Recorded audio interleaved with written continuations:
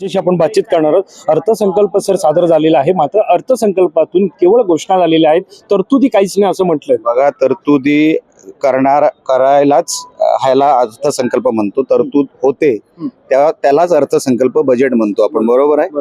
आता तरतूदच झाली नाही हा म्हणजे हा बिंडोकपणा नाही का, हा मूर्खपणा नाही का?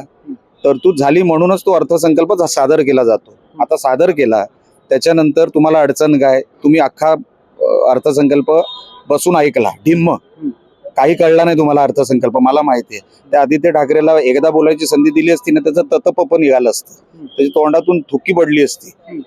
अशी त्याची अवस्था आहे. ज्याला अर्थसंकल्प कळत नाही तो आम्हाला शिकवतो. आता पायऱ्यांवर बसून घोषणा देतो. घोषणाच्या पलीकडे महाराष्ट्र आहे ना.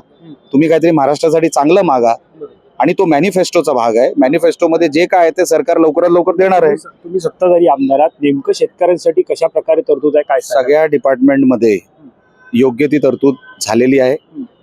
त्याच्यामध्ये पर्यटन असेल, शेतकरी असेल, महामार्ग असेल, म्हणजे महामार्ग म्हणजे रस्ते असतील, सगळे.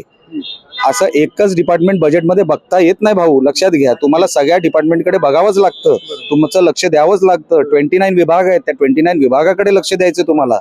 त्याच्यापैकी विरोधकांनी किती मुद्दा काढला, एक, ते पण आम्ही पूर्ण करणार, सोडणार नाही. कारण का आम्ही शब्द दिला तो पूर्ण करणार. पण किती कळतं त्यांना, त्याच्यामधला हा मोठा भाग आहे. आता तुम्ही म्हणाला आम्ही शब्द दिला तो पूर्ण करणार, मात्र 2100 रुपयाचा ठराव कुठे झाला होता असं सत्ताधारीच आमदार म्हणत आहेत. मात्र 1500 रुपयेच मिळणार केवळ. मॅनिफेस्टोचा भाग जो आहे तो पूर्ण करणार. ठराव काय असतो? मॅनिफेस्टो जनतेसमोर ठेवायचा असतो. मात्र अर्थसंकल्पामध्ये 2100 रुपयांची कुठलीच तरतूद नव्हती असं सुद्धा म्हटलेलं आहे. नाही ना, बघा, ती पुरवणी मागणी अजून वर्षातून 3 वेळा येणार आहे. तरतूद लवकरात लवकर करायचा आमचा सरकारचा मानस आहे, तो आम्ही करू.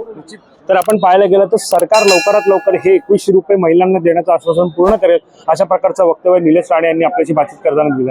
कॅमेरा पर्सन अवधेश कोरीसह मी वैभव पाटील, मुंबई.